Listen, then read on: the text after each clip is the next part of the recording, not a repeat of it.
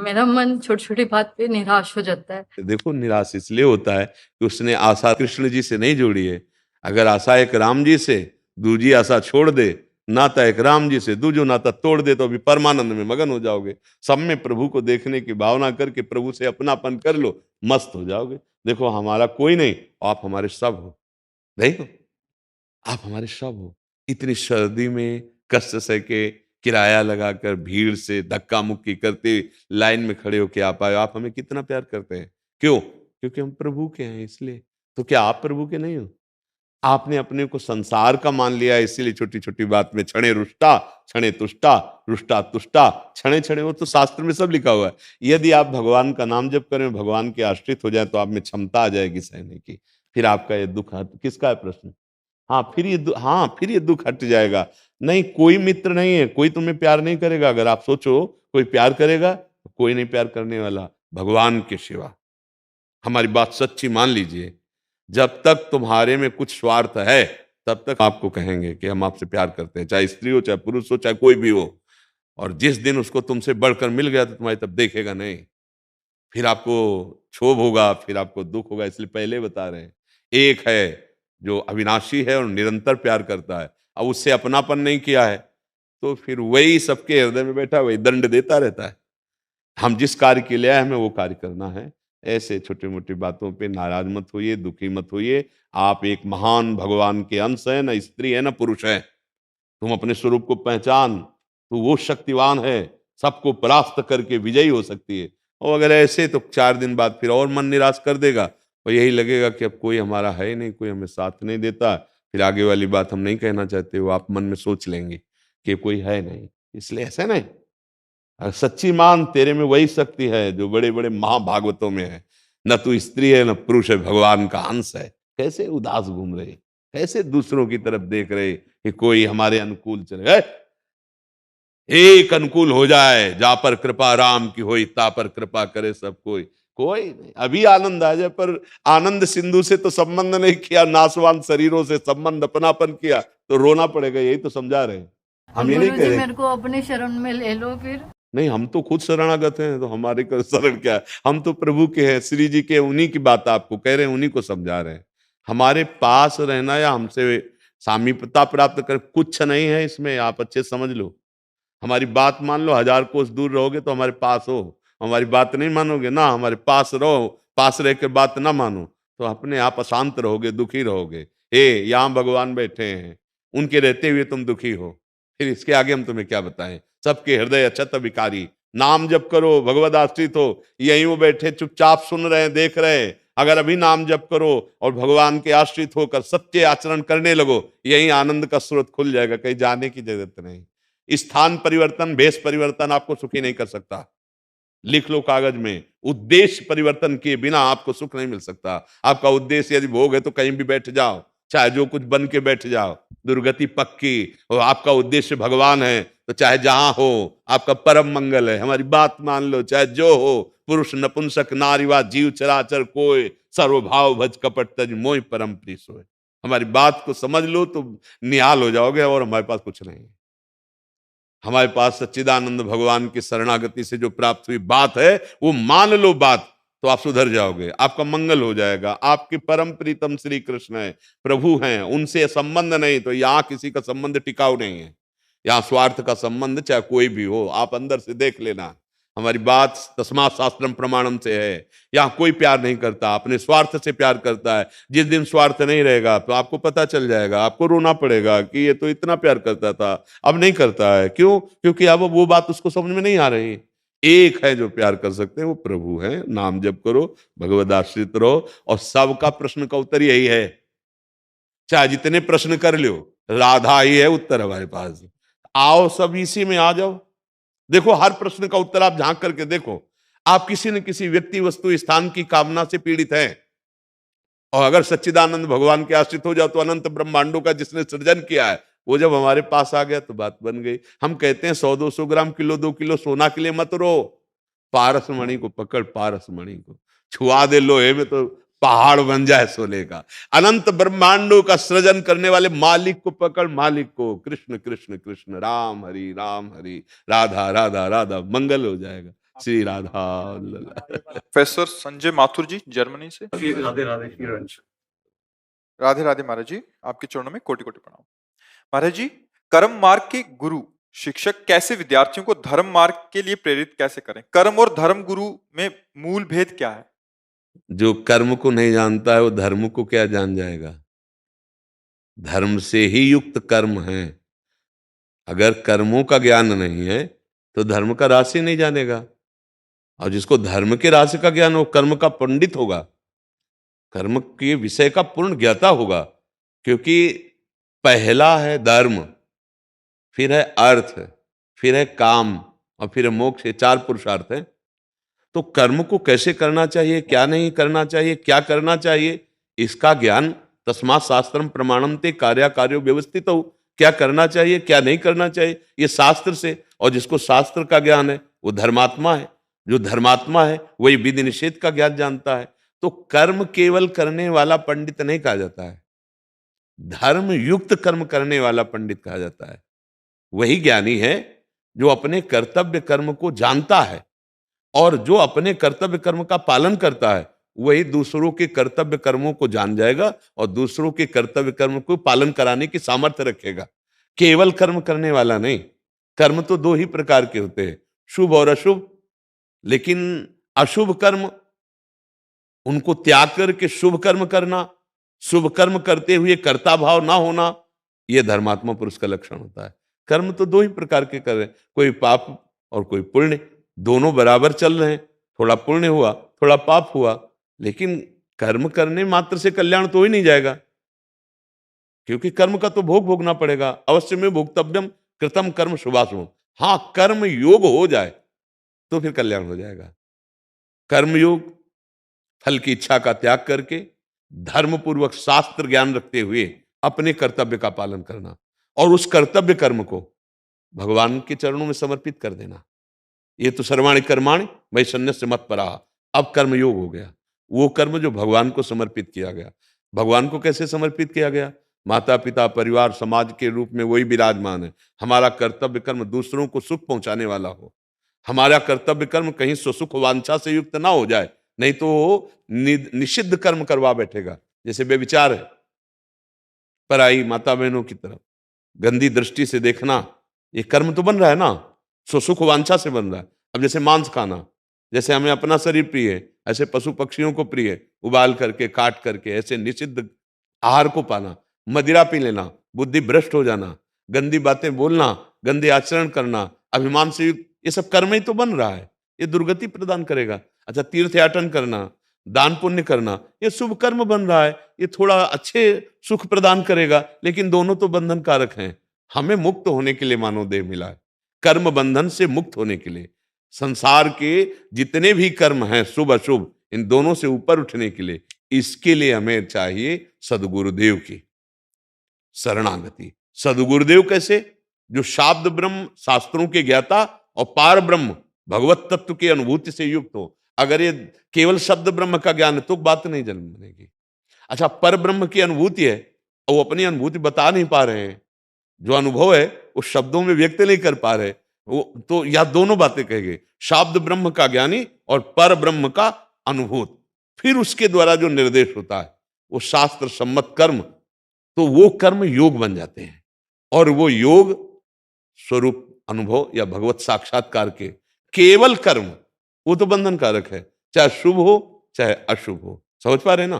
तो जो धर्मात्मा है वही गुरु है और वही कर्म के विभाग को जानता है। केवल कर्म करने वाला धर्म को नहीं जान सकता, लेकिन धर्म से चलने वाला कर्म विभाग को भी जानता है। इसलिए प्रधान बात धर्म है।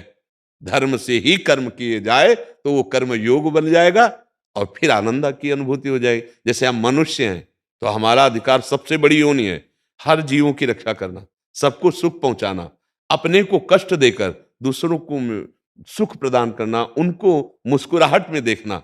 अब ये कितनी बड़ी मनुष्यता, फिर दैवी संपदा, फिर भागवती की स्थिति, फिर ये तो बड़ी बात है। अभी अपने लोगों में तो मनुष्यता ही नहीं आ रही ना। प्रायः हम मनुष्यता से ही, जिसे कहते हैं इंसानियत, इसी से हीन होते चले जा रहे। पास में कोई किसी को कष्ट दे रहा है, हमें तो नहीं दे रहा ना, हम जा रहे हैं। इसे मनुष्यता कहते हैं क्या? कोई बहन बेटी को सता रहा है, अगर हमारी जान भी चली जाए तो उस समय हमें उसकी रक्षा करनी चाहिए। लेकिन ऐसी मनुष्यता उसमें होगी जो धर्मात्मा होगा। जो धर्मात्मा होगा वो नहीं टिक सकता, वो फिर वहां अपना प्रभाव, क्योंकि धर्म कहता है तो धर्मो रक्षति रक्षिता, वो धर्म के लिए जाएगा तो धर्म उसकी रक्षा कर लेगा, उसका बाल भी बांका नहीं होगा। पर बहुत प्रकार से देखा जाए तो अभी हमारी बुद्धि पतित हो रही है, अभी उत्थान की तरफ नहीं जा रही। नाम जप करो, सत्संग सुनो, शास्त्र स्वाध्याय करो, तो तुम्हें पता चलेगा कि सतमार्ग, सत्कर्म किसे कहते हैं और असत्कर्म किसे कहते हैं। असत्कर्म का त्यागी, सत्कर्म करने वाला, उसी को तो धर्मात्मा कहते हैं। और वही सत्कर्म भगवद अर्पित हो गए, सो सुख वांछा रहित हो गए, तो वो योग हो गया। सुख दुखे समय कृत्वा लाभा लाभौ जया जयो। जय पराजय में, लाभ हानि में, सुख दुख में जिसका समान भाव और अपने कर्तव्य का पालन कर रहा है, वो महात्मा हो गया, वो जीवन मुक्त हो गया। लेकिन केवल कर्म से जीवन मुक्त नहीं हो सकता, कर्म बांधने वाले होते हैं। चाहे वो अशुभ कर्म तो बांधते हैं, शुभ कर्म भी बांधने वाले होते हैं। जैसे आप बहुत बड़े पुण्यात्मा हुए तो आप स्वर्ग जाएंगे और वहां सुख भोग करेंगे, फिर मृत्यु लोक आ जाएंगे, तो फायदा क्या हुआ? एक बड़ा स्वप्न जैसा हुआ नहीं। पुण्य छिड़े मृत्यु लोके विसंति। हमें तो मनुष्य जन्म मिला मुक्त होने के लिए, कर्म बंधनों से मुक्त होने के लिए। वो होगा भगवान के आश्रय से, गुरु के आश्रय से, नाम जप करते हुए अपने धर्मयुक्त कर्तव्य का पालन करना। जैसे काम आया तो पानी ग्रहण किया है, ब्याह किया है, पत्नी है, वो आपके लिए पाप का विषय नहीं बनेगा। लेकिन उसी काम का प्रयोग दूसरी माता बहन के प्रति कर लिया, घोर पाप बन गया। हमारे को अच्छे अच्छे पदार्थ पाने की इच्छा है, धर्मपूर्वक धन कमाया है, हम 56 प्रकार के भोग हैं, मानसई थोड़ी निकष्ट, 56 प्रकार के भोग लगते हैं हमारे प्रभु को। अरे कितने प्रकार के स्वादिष्ट पदार्थ है, बनाइए, भोग लगाइए, एक दो किसी भूखे को पवाइए और आप पाइए, कोई निषेध नहीं। धर्म पूर्वक आपका कार्य चल रहा है। खूब मेहनत करके अधिक से अधिक धन कमाइए, वयोवृद्धों की सेवा कीजिए, समाज की सेवा कीजिए, अपने परिवार की सेवा कीजिए, अपने शरीर की सेवा कीजिए, मंगल में। जब हम दूसरों को कष्ट देने वाले पापाचरण करने लगते हैं, फिर सब भ्रष्ट हो जाता है। आज इसकी बढ़ोतरी हो रही। एक भाई थोड़े से जमीन हिस्से के लिए अपने भाई की हत्या कर रहा है। एक पति थोड़ी सी बात के लिए प्रतिकूल होकर अपनी पत्नी को त्रास दे रहा है। एक पत्नी तो अपनी कामना पूर्ति के लिए पति की हत्या कर रही। एक पुत्र अपने माता पिता की हत्या कर रहा है, माता पिता का तिरस्कार कर रहा है। एक माता पिता अपनी वासना को नहीं संभाल पा रहा, पुत्र का शोषण या संतान का शोषण कर रहा है। अब देखो, झांक के देखो लोक व्यवहार में ये घुस रहा है ना, राक्षसी भाव, मलिनता, ये है दुर्गति। कर्म से कभी मुक्त होने के लिए बिना भगवान का आश्रय के लिए कोई और उपाय नहीं। कर्म से, जैसे हम नाली से हाथ धोएं, गंदे हाथ तो गंदे ही रहेंगे ना। हाँ, कर्म से केवल पवित्रता नहीं आती, कर्म योग से पवित्रता आती है। शास्त्र सम्मत कर्म और भगवद अर्पित कर्म, ये प्रभु के लिए है। हम पत्नी की, पुत्र की, परिवार की सेवा कर रहे हैं। नाथ सकल संपदा तुम्हारी, मैं सेवक समेत सतनारी, आपकी अभी अभी आनंद आने लगे। लेकिन ऐसा बहुत कठिन हो रहा है। आज जो दुर्दशा हमारे समाज की हो रही ना, बहुत, अब वो संभल जाए तो संभल जाए, नहीं तो बहुत कठिन है संभलना। छोटे छोटे बच्चे अपने आप को नष्ट कर रहे हैं क्योंकि उनको लगा आनंद की यही वृत्ति है। छोटे छोटे बच्चे ऐसे नशे कर रहे हैं कि अपने माता पिता को पीट रहे हैं। अभी 18-20 की अवस्था तो बच्चे ही है ना, वो ऐसी स्थिति में आ गए कि अगर ऐसा हमें व्यसन नहीं मिलेगा, ऐसा नहीं होगा तो हम अपने शरीर को नष्ट कर देंगे। अब ये कहां पहुंच गए? कहां आए थे मंगल में भगवत प्राप्ति के लिए? कर्म ही तो बिगड़ गया। हाँ, तो कर्म और धर्म, इसका अलग अलग विभाग तब तक है जब तक आपको शास्त्र का ज्ञान नहीं तो धर्म पूर्वक कर्म करना ही परम धर्म है और इसी परम धर्म से भगवत प्राप्ति हो जाएगी। अर्जुन जी कह रहे हैं कि मुझे ये काट मार घोर हिंसा वाला कर्म नहीं करना।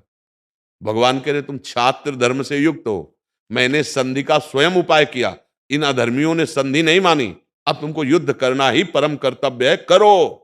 नहीं करोगे जबरदस्ती प्रकृति करवा लेगी, तुम्हें करना ही पड़ेगा अपने कर्तव्य, क्योंकि तुम छात्र धर्म से युक्त हो। धर्म से युक्त कर्म ये तुम्हारी विजय प्राप्त करवाएगा, तुम्हें सुख प्रदान करेगा। वो भी युद्ध के लिए खड़े हैं लेकिन वो अधर्म से युक्त है। क्यों अधर्म से युक्त है? हस्तिनापुर के नरेश को छल भरे पासे से ठगा, चलो इतना भी ठीक था। 12 वर्ष का वनवास, 1 वर्ष का अज्ञातवास, छल भरे पांसों से, और कहा अगर आप पकड़े गए तो पुनः 12 वर्ष का वनवास, और अगर आप निकल गए अज्ञातवास में, कोई नहीं जान पाया, तो आपका राज्य सादर दे देंगे। पूरे 13 वर्ष व्यतीत के कोई नहीं जान पाया। अब राज्य देना चाहिए था ना। तो जब भगवान भी गए और कहा कि अगर आप पूरा राज्य नहीं देते तो आधा दे दो, आधा में नहीं राजी हो तो बोले 5 गांव दे दो। 5 गांव में नाराजी होकर उसने कहा सुई की नोक भर नहीं दूंगा जब तक युद्ध। तब भगवान करे छात्र धर्म उपस्थित है, मार इन सबको, चाहे कोई भी इनके पक्ष में हो, मार, ये अधर्मी है।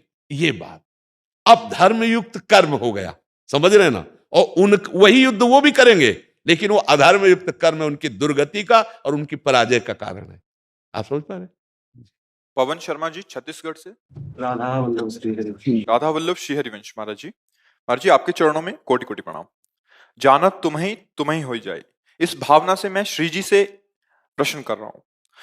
मेरी शिक्षा काशी में हुई, इस कारण ज्ञान मार्ग में रुचि अधिक रही। विश्वनाथ जी की कृपा से 2 वर्ष पूर्व श्री भाई जी का जीवन चरित्र सुना, इससे जीवन का लक्ष्य ही परिवर्तित हो गया। हरे राम मंत्र का जप प्रारंभ हो गया।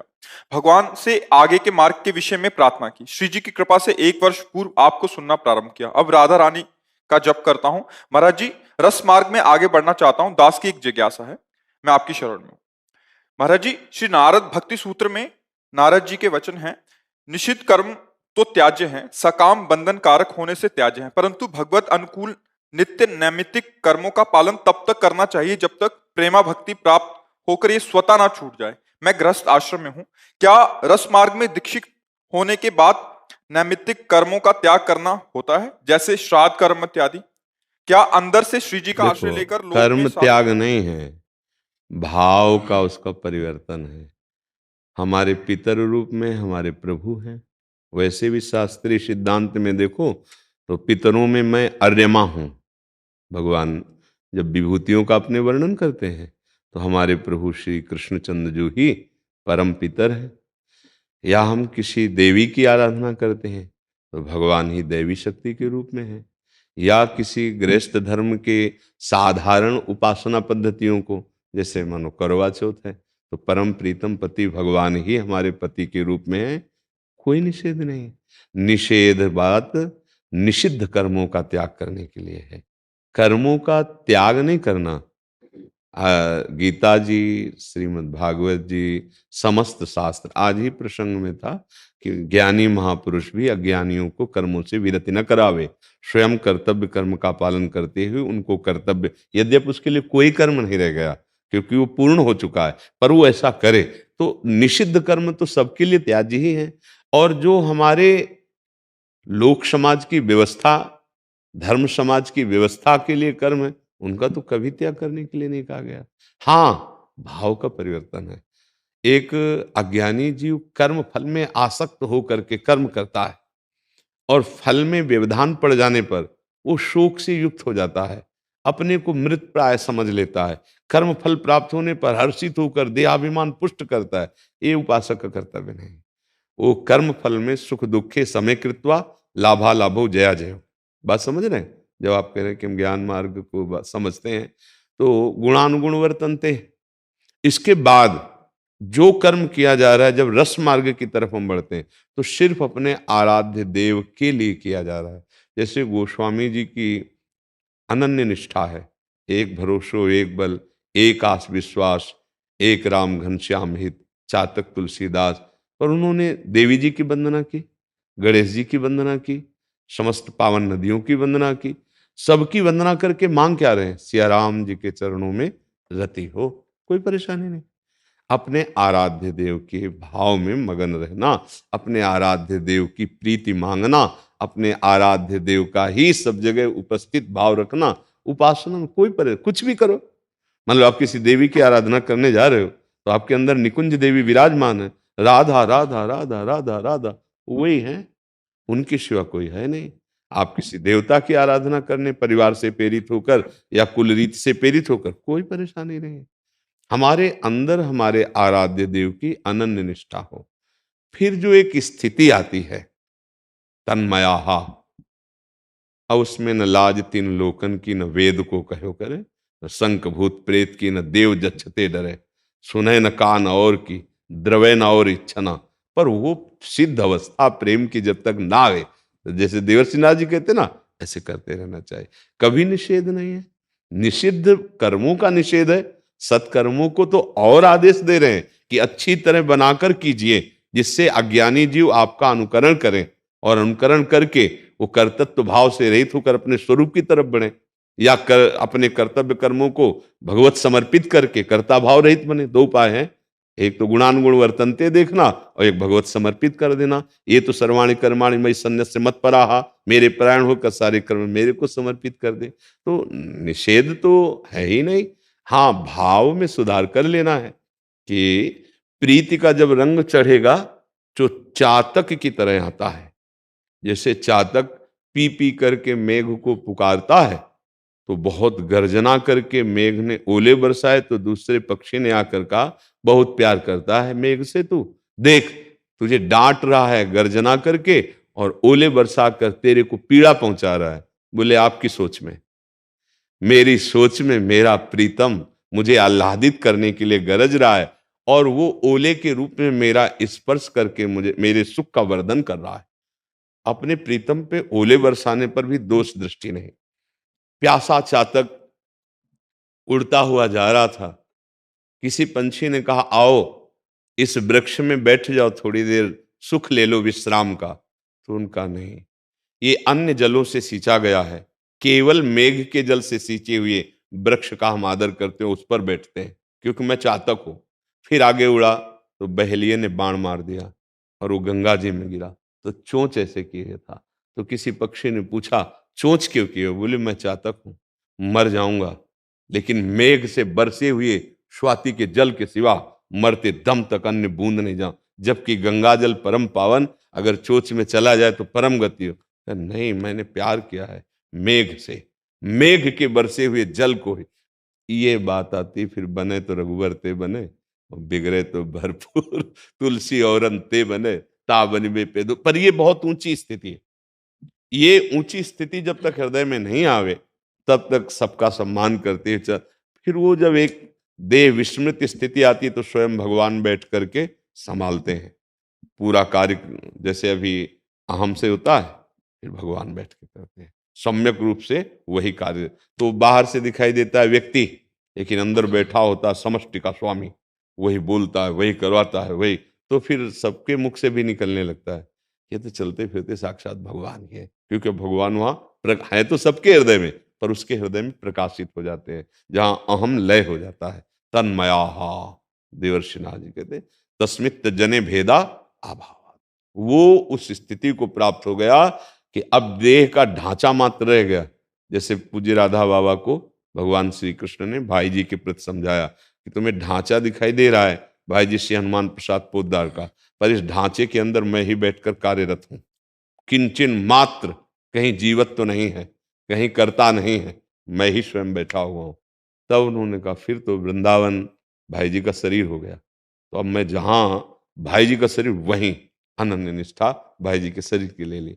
ऐसे ही उपासक जब तक उस स्थिति को न प्राप्त हो तब तक अगर मनमानी थोड़ा भी, तो फिर वो मार्ग से गिर सकता है, फिर वो विचलित हो सकता है।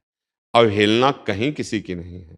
जब हम एक साधारण जीव की अवहेलना नहीं कर सकते, उसमें भगवत भाव करते हैं, तो देवताओं में, देवियों में, भगवत विग्रहों में, व्रतों में, अनुष्ठानों में, वो तो सब भगवत आराधना के अंतर्गत ही, पर हमारा भाव आराध्य देव का ही रहेगा।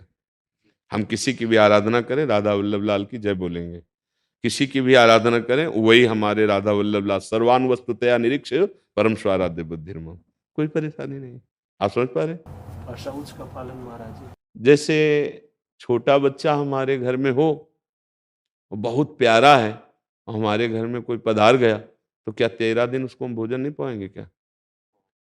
अच्छा, कोई जन्म ले लिया, तो क्या हम 13 दिन उसको किसी पड़ोसी को दे देंगे क्या? तो ये अत्यंत आसक्ति की उपासना है।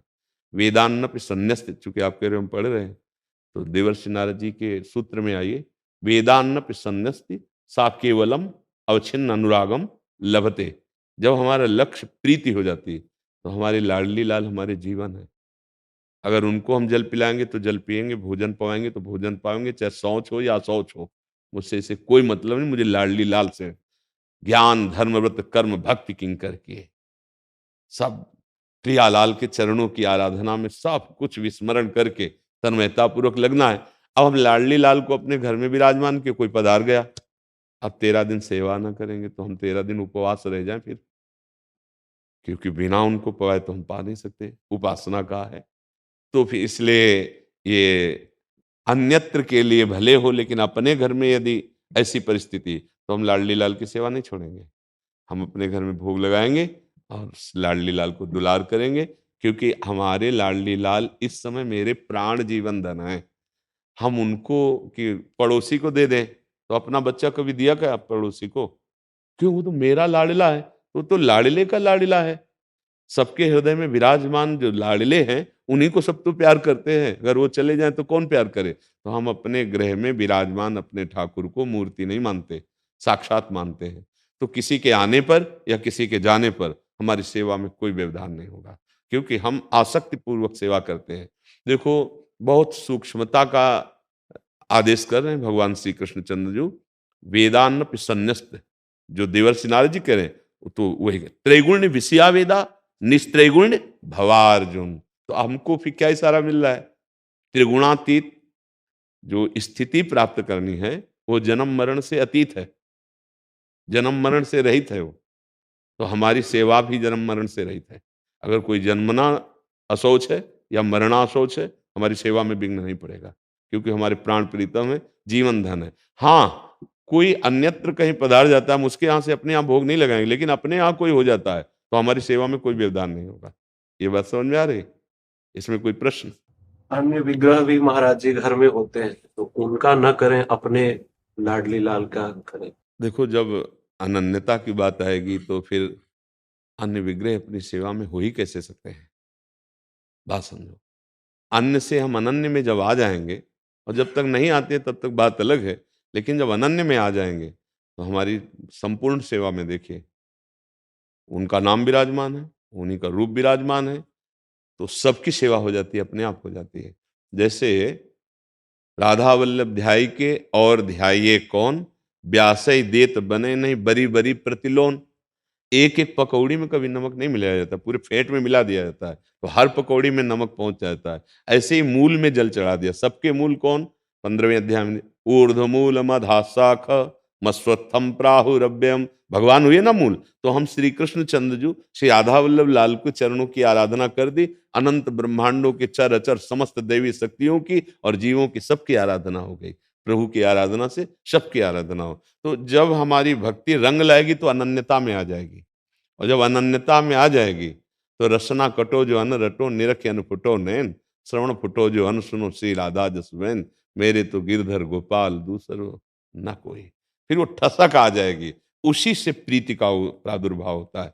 जब तक सार्वभौम उपासना चलती है ना, तब तक भगवत भाव तो है, भागवत धर्म है, लेकिन राधा वल्लभ लाल की विमल ध्वजा फहरंत, भगवत धर्मो जीत के निज प्रेमा ठहरंत, निज प्रेमा ठहरंत और नेम कछु पर सत नाही, अलक लड़े दो लाड़िले। प्यारी जो प्यारे जो की जब अनन्य रसमय उपास, फिर और कुछ सुहाए और न कछु सुहाए तिनको, जुगल सेवा सुख पगी, निषदेव जानत नाहि सजनी, एक रस भींजी रहे, गोप गोपिन आदि दुर्लभ, ते सुखे दिन प्रतिल हैं।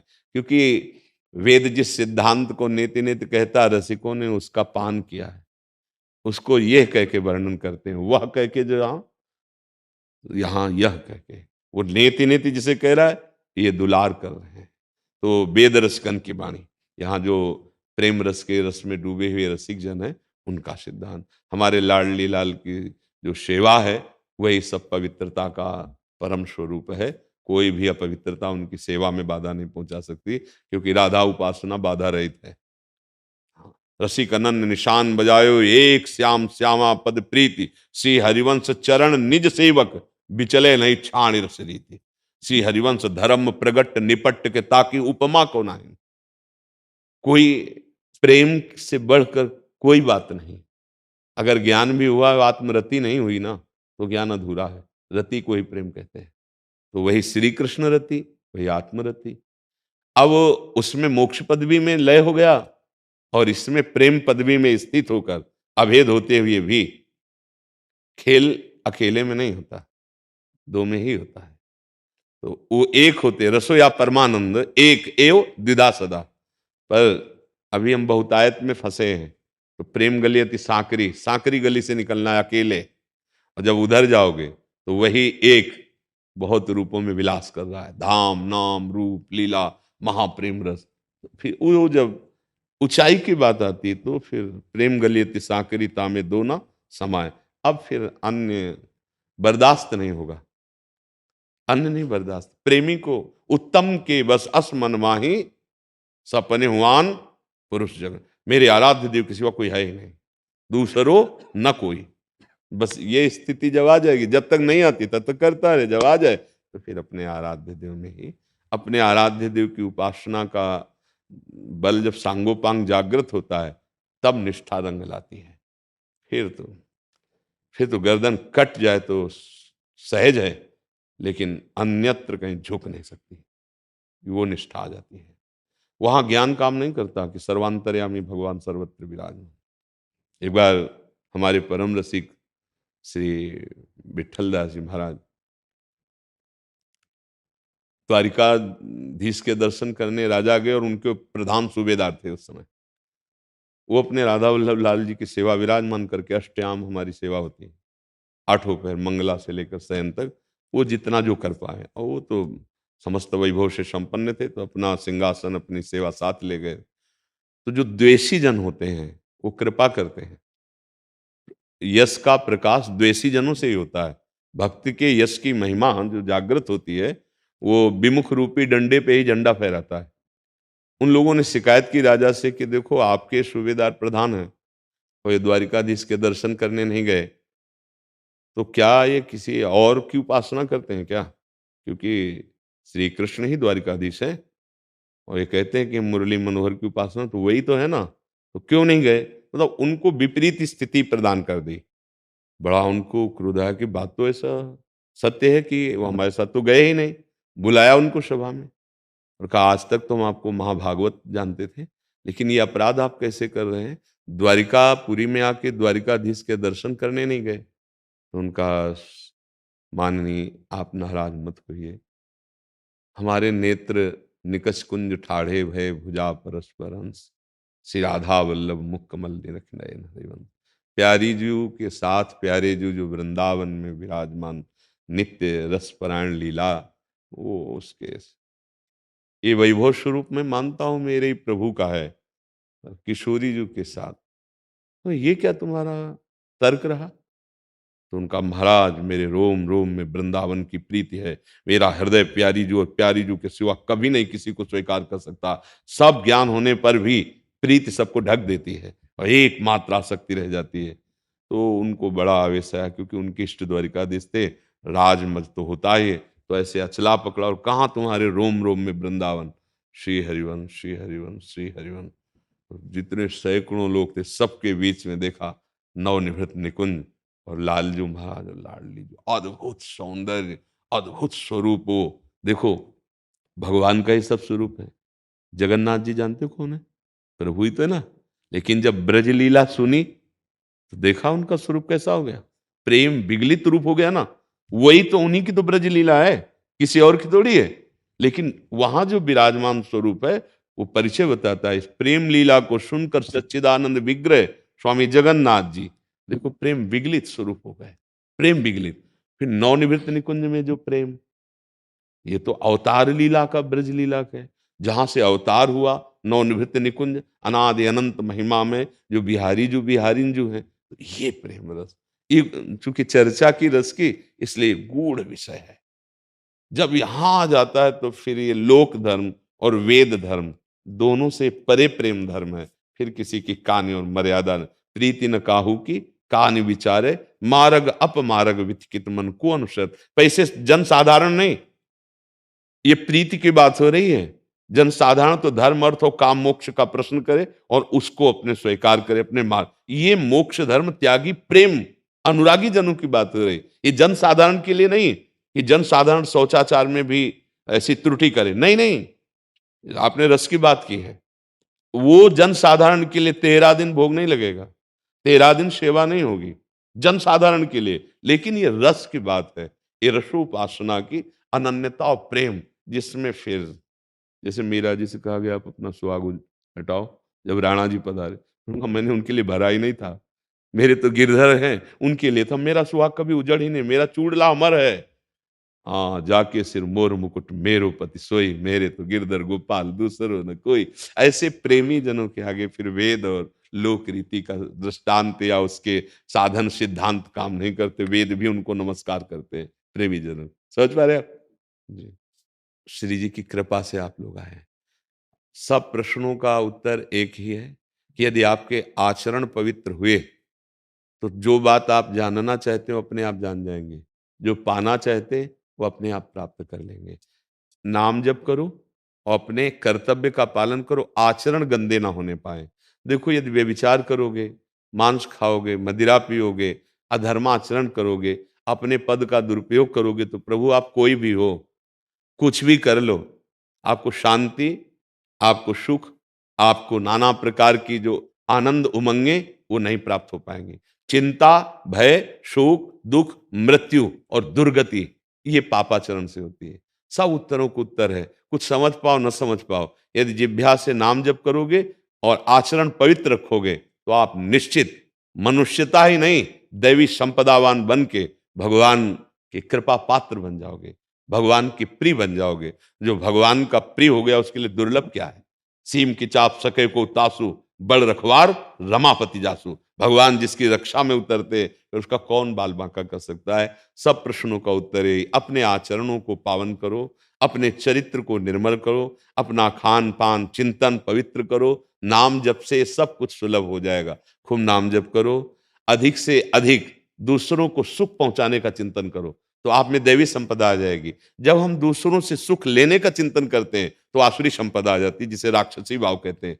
आजकल ज्यादा विस्तार इस राक्षसी भाव का हो रहा है, इसलिए इसका संयमन किया जाए, इसको शासन में लिया जाए। और ये मानव जीवन आनंद के लिए है। विषयों के भोगों में विषय आनंद जो मिलता है ना, वो भ्रमात्मक है, सत्य नहीं है। सत्य होता तो आज तक आप तृप्त हो जाते। इसलिए बहुत सावधान, आपके कर्म न बिगड़ने पाए, नहीं तो चाहे जितना दान पुण्य तीर्थयाटन कर लो वो एक अलग कर्म बन गया, लेकिन आपका पाप कर्म आपको दंड दे के रहेगा। अगर उससे बचा जा सकता है तो एकमात्र भगवान का आश्रय और नाम जप। अब तक जो हुआ सो हुआ, आगे हम संभाल लें। आज से हम अपना जीवन पावन कर लें। राधा वल्लभ लाल की जय। महाराज जी, आप हाई कोर्ट इलाहाबाद की हाई कोर्ट के जज हैं। आप ब्रजराज सिंह कहते हैं, मैं उच्च न्यायालय में जज हूँ। आपसे इतना प्रभावित था मैं, कई बार मैं आपको सुना, तो सुनने के बाद मेरी इच्छा जागृत हुई कि मैं आपके यहाँ चलूं और आपसे कुछ प्राप्त करूं, क्योंकि जो सनातन संस्कृति हमारी है, जो इस समय इसका थोड़ा सा जो विस्तार हुआ है विगत 2 दशकों से, तो मुझको भी लगता है जो अभी आप कह रहे थे, तो इस समय जो आसुरी प्रवृत्तियां बढ़ी हैं बच्चों में खासकर, वो शिक्षा आपकी हमको बहुत प्रभावित करे और ये इसकी बहुत आवश्यकता है, क्योंकि हमारा समाज इतना नीचे गया है इस बीच में, और जो हमारी ये संस्कृति का जो आगे प्रचार हुआ है और देशों में जो लोग अपना रहे हैं, अगर इसका और प्रचार प्रसार हो तो हम लोग देखो हाँ, ये किसी एक व्यक्ति से नहीं होने वाला। बहुत अपने जैसे ही देश में 140 करोड़ जनसंख्या है, इसके लिए सबको तत्पर होना पड़ेगा। अपना हम सुधार करें, आप अपना सुधार करें, और हमारे जितने वचन के शासन में आ सके उनका हम सुधार करें। वो अपने सानिध्य वाले का, परिवार का, समाज का, तो इससे सुधार की प्रवृत्ति बढ़ेगी। ये यही हमने प्रार्थना की थी कि जैसे माननीय जन हैं, जिनकी बात लोग ध्यान लगा के सुनते हैं, उनको प्रधान बात देखनी है कि हम सुख सुविधाएं लौकिक दे सकें। तो उससे क्या फायदा होगा? वो भ्रष्ट बुद्धि वाला उसका दुरुपयोग करेगा। अगर बुद्धि सही है और वो ठीक कम सुविधाओं को प्राप्त कर रहा है, पर वो हमारे समाज के काम आ जाएगा, वो हमारे राष्ट्र के काम आ जाएगा। इसी विद्यार्थी जीवन में कोई महात्मा छुपा बैठा है, कोई राष्ट्र सेवक छुपा बैठा है, कोई राष्ट्र सैनिक। पर आज जो दुर्गति हो रही है बुद्धि की, व्यभिचार में, व्यसन में, नाना प्रकार, इसलिए अकेले सुधरने वाला नहीं है। हाँ, हाँ, अब क्या हो रहा है कि शायद आप इस बात को अंदर से समझे कि हम लोगों ने धर्म शास्त्रों का प्रवचन एक व्यापार बना रखा और अपनी मनोरंजन की वृत्तियों को शासन में ना लेकर के हम उसका दुरुपयोग करें तो किसी के ऊपर प्रभाव नहीं पड़ेगा। किसी के ऊपर प्रभाव डालने के लिए पहले हमको सुधरना होगा। अगर हम बहुत जो उपदेशक जन हैं या हम साधु जन हैं या जो धर्मात्मा जन हैं, अपने अपने को सुधार कर अपने प्रकाश जितना दे सकते हैं, भगवान ने हमें जितनी बौद्धिक शक्ति दी, हम करें तो निश्चित हमारा राष्ट्र परम मंगलमय हो जाएगा। हाँ, वो कोई महात्मा वेशधारी से ही तात्पर्य नहीं, आप भी हैं। आप जिस पद में हैं, आप अपने पद का सदुपयोग करते हुए और भगवत आराधना में हैं, तो आपका ऐसा प्रभाव होगा कि जो आपके सामने आएगा, जो आपकी बात सुनेगा, वो जरूर सुधर जाएगा। अकेले ये सुधरने वाला विषय नहीं है। हाँ, अब हम जैसे बोल रहे हैं और दूर दूर से नौजवान भाई सुन रहे हैं और सुधार हो रहा है, तो ये एक किसी कोने में जैसा समझिए। 140 करोड़ हैं, 140, 10-5 अगर सुधर रहे तो कोई खास बात नहीं है, ये हर कोने में बात होनी चाहिए, तब इसका सुधार होगा। अब शिक्षाएं ऐसी मिल रही हैं मित्रों से, या जो एकदम आधुनिक शिक्षा है उसमें विलासिता, रजोगुण की बढ़ोतरी करने वाली आध्यात्मिक शिक्षा के बिना किसी की बुद्धि को पावन नहीं किया जा सकता है। तो हमें लगता है कि आपके अंदर में जितना है, अगर हम अपना सुधार करके 10 का सुधार कर लिए तो हमारा जीवन सार्थक हो जाएगा। आप अपने कर्तव्य का यदि पालन करेंगे तो आप में वो शक्ति जागृत हो जाएगी। निष्कामता ही एक वो पावर है जो किसी को भी सुधारा जा सकता है। बड़े बड़े क्रूर कर्मियों को भी महात्मा बना दिया निष्काम महापुरुषों ने। अगर हमारे अंदर सकामता रहेगी तो हमारा प्रवचन धूल धूसरित हो जाएगा, उसका कोई महत्व नहीं होगा। अब निष्कामता की तरफ बढ़ना बहुत कठिन है, जैसे किसी पहाड़ पे चलना। हम कोई कार्य करते हैं तो पहले सकामता सोचते हैं इसका फल क्या होगा, और जबकि निष्कामता ही परम सुख को प्रदान करती है। अब ये अध्यात्म के बिना निष्कामता कैसे समझ में आएगी। हाँ, अच्छा लगा आपसे मिल करके। हाँ, किसी को हमारे राष्ट्र की चिंता है। मैं अपने न्यायिक कार्य में कोशिश करता हूँ कि मतलब कुछ जितना भी कर सकता हूँ, और न्याय के क्षेत्र में भी अपने जजमेंट से कोशिश करता हूँ कि समाज को जितना। हाँ, बिल्कुल बिल्कुल बिल्कुल। आप हमारे राष्ट्र की सेवा में रहिए, जो भी पद मिला उसका सदुपयोग कीजिए तो हमारा हृदय प्रसन्न रहेगा।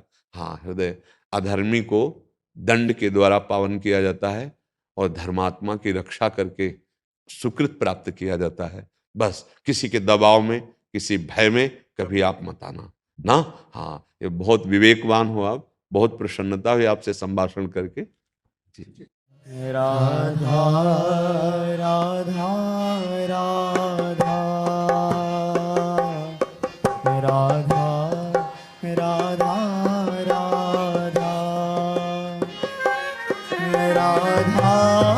राधा राधा राधा